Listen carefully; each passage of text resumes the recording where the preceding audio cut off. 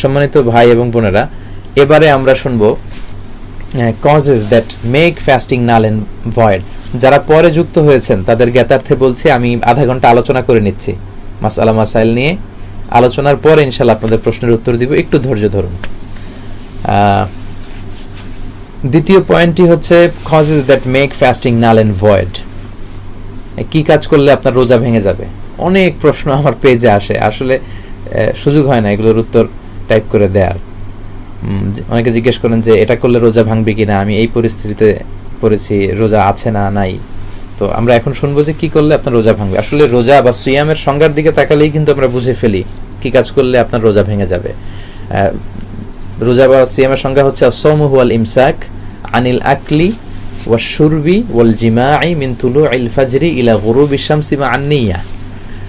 সকাল থেকে সন্ধ্যা পর্যন্ত নিয়ত সহকারে খাওয়া, পান করা এবং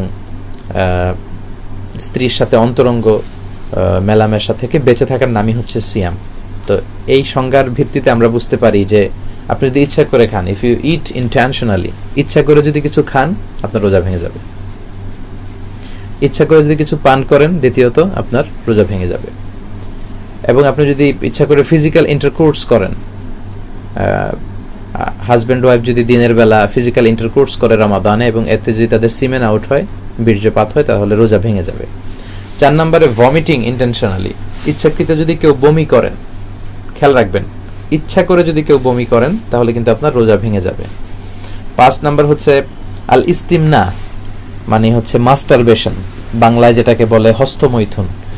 এটা অনেক যুবক ভাইদের এই অন্ধকার জগতের সাথে পরিচয় ঘটে গিয়েছে, আল্লাহ তাদেরকে হেফাজত করুক। এই মাস্টারবেশন এটা বড় ধরনের একটা কবিরা গুনাহ, ইস্তিমনা। যদি হস্তমৈথুনের মাধ্যমে কেউ বীর্যপাত করে, সিমেন আউট করে, তাহলে কিন্তু তার রোজা ভেঙে যাবে।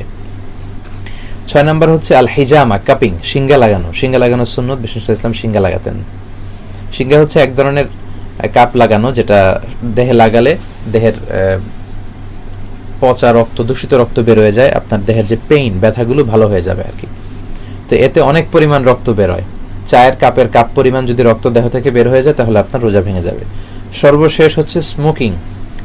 যারা স্মোক করেন সাবধান, আপনি স্মোক করলে, সিগারেট খেলে কিন্তু আপনার রোজা ভেঙে যাবে।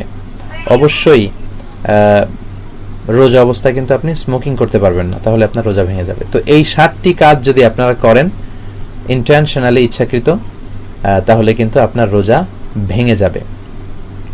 এখন ইচ্ছাকৃত যদি রোজা ভাঙেন তাহলে ওই রোজার জন্য কিন্তু শুধু কাজা করলে হবে না, আপনাকে কাফফারাও দিতে হবে।